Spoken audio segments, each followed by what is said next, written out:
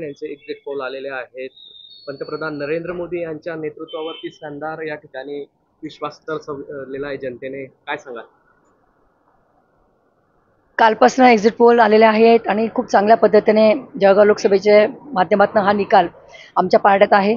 पण ticket declare झाल्यापासून तर निवडणुकीची प्रक्रिया पार पडेपर्यंत आम्हाला ठामपणे विश्वास होता की आम्ही सीट 100% निवडून येऊ. कारण मोदीजींनी केलेलं 10 वर्षाचं काम आणि आमच्या राज्याच्या नेतृत्वाने केलेलं काम म्हणजे सन्माननीय संकटमोचन गिरीश भाऊ महाजन, देवेंद्रजी फडणवीस साहेब, आमचे बावनकुळे साहेब, गुलाब भाऊ, अनिल दादा, चिमन आबा, आमचे मंगेश दादा, राजूमामा, किशोरप्पा आणि महायुतीचे सगळे पदाधिकारी आणि जनता जनार्दन आमचा विश्वास होता. मोदीजींनी केलेलं काम जनतेपर्यंत पोहोचण्याचं काम आमच्या नेत्यांनी कार्यकर्त्यांनी प्रामाणिकपणे केलं. आणि मला माहीत आहे की मी निमित्त मात्र आहे स्मिता वाघ ह्या जळगाव लोकसभेसाठी. पण पंतप्रधान नरेंद्रभाई मोदींचं परत तिसऱ्यांदा पंतप्रधान बघण्यासाठी आम्ही सगळेजण आतुर आहोत. आणि त्या माध्यमातून जनतेने कौल नक्कीच जळगाव लोकसभेच्या माझ्या बाबतीत पारड्यात टाकलाय याचा मला विश्वास आहे. केंद्रात या ठिकाणी इंडियाला आघाडी मिळताना दिसते, मात्र राज्यात कुठेतरी पिछाडीवर झालेलं दिसतंय. महाविकास आघाडीला जास्त जागा दिसत आहेत आणि महायुतीला कमी दिसत आहेत सर्वेनुसार.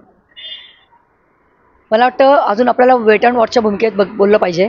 कारण अजून काही अवघे तास निकाल येण्यासाठी अजून बाकी आहेत.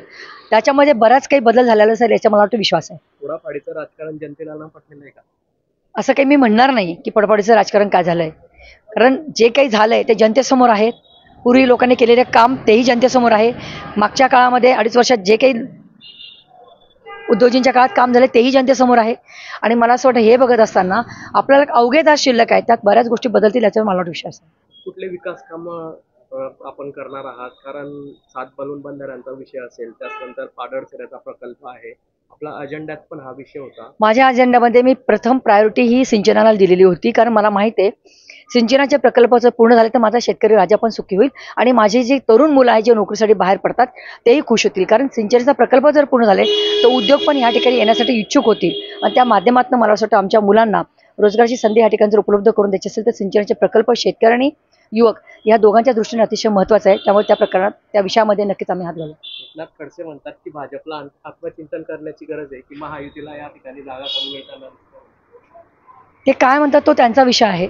मी सांगितलं निकाल अजून आलेले नाही, निकाल येऊ द्या आणि मला तो वेट अँड वॉचच्या भूमिकेत राहावं. काय वाटतं किती लीडने आपण विजयी व्हाल?